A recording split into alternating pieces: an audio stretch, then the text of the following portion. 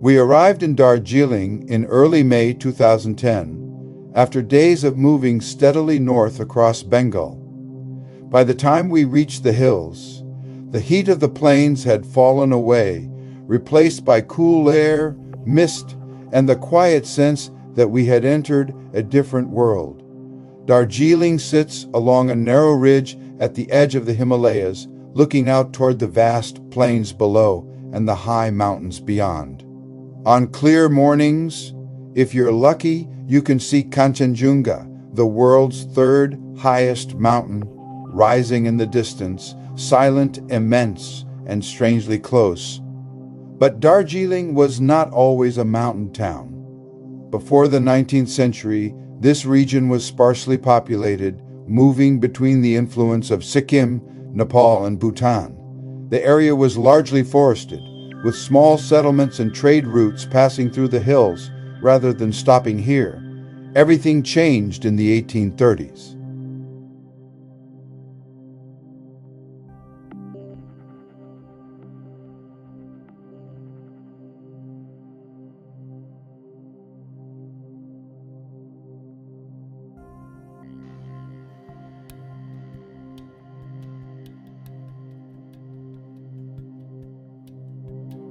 The British East India Company acquired Darjeeling from the Kingdom of Sikkim in 1835, initially envisioning it as a sanatorium, a place where colonial officials could escape the heat of the plains. What began as a health retreat soon evolved into something much larger. Darjeeling's cool climate proved ideal not only for people, but for tea. Experiments with tea cultivation in the mid-19th century transformed the surrounding hills into vast plantations.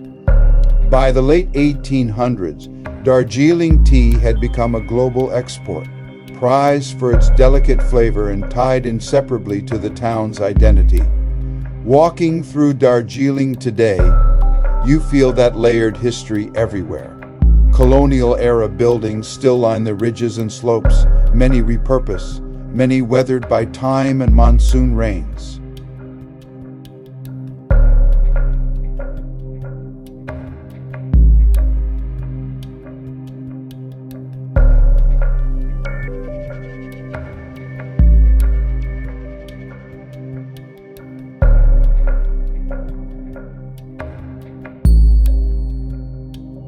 Schools, churches, clubs, and administrative buildings remain as quiet reminders of a period when this small hill town was deeply connected to global trade and empire.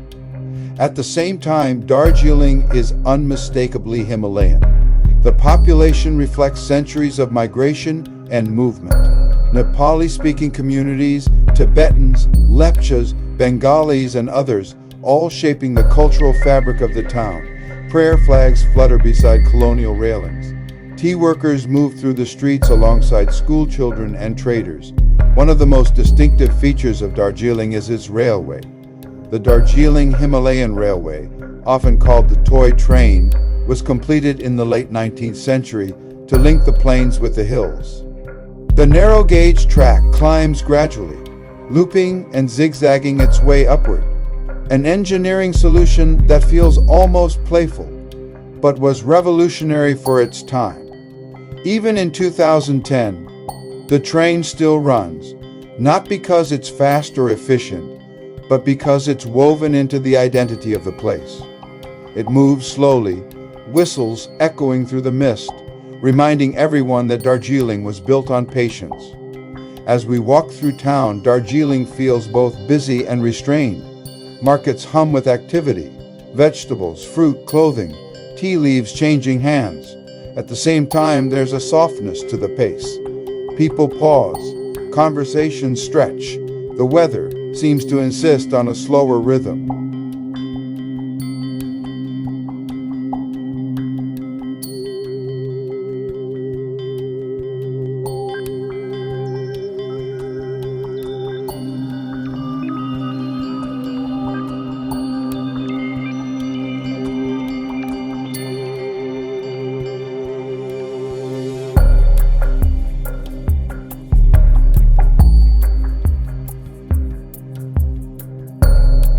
Tea gardens surround the town, cascading down steep slopes in carefully trimmed rows.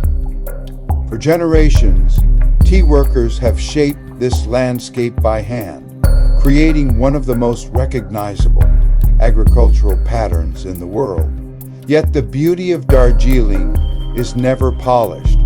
Roads are narrow, buildings cling to hillsides, fog rolls in without warning, erasing views in seconds. The town exists in constant negotiation with gravity, weather, and terrain. In May, Darjeeling sits on the edge of seasons. Spring has passed, monsoon approaches, and the hills feel suspended, neither fully clear nor fully drenched. Clouds move fast, light shifts constantly. A mountain may appear for a moment and vanish again.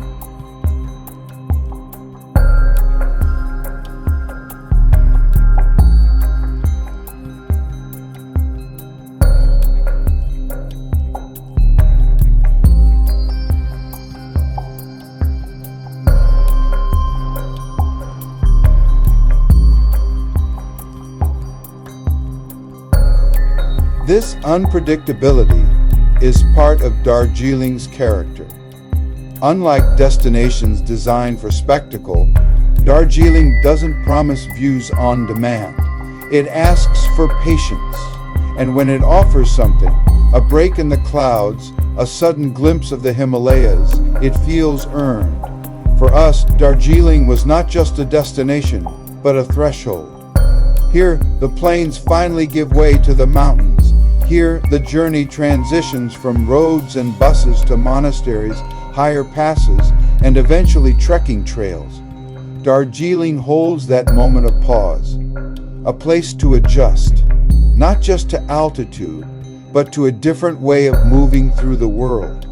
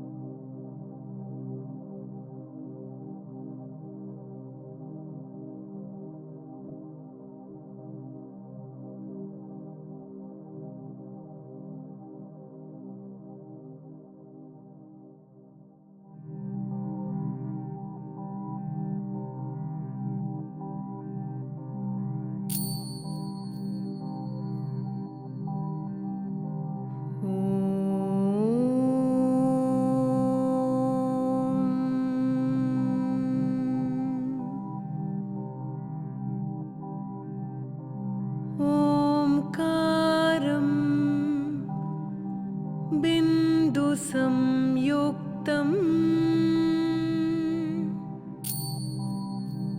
नित्यं ध्यायन्ति योगिनः कामदं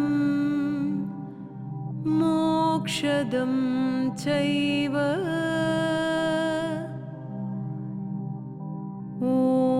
ओंकाराय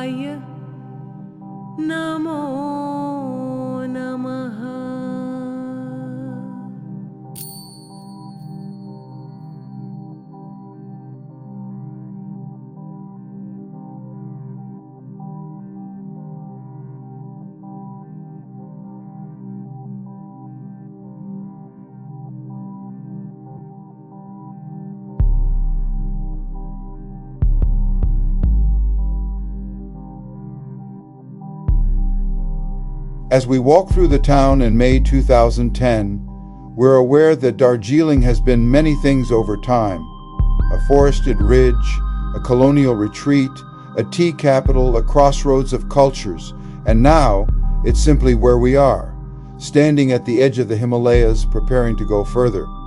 From here, the road leads into Sikkim, where the landscape and culture shift once again, toward Buddhist monasteries, quieter towns, and the trails that will take us deeper into the mountains. But before that, we stay here a while, because Darjeeling is not a place to rush through.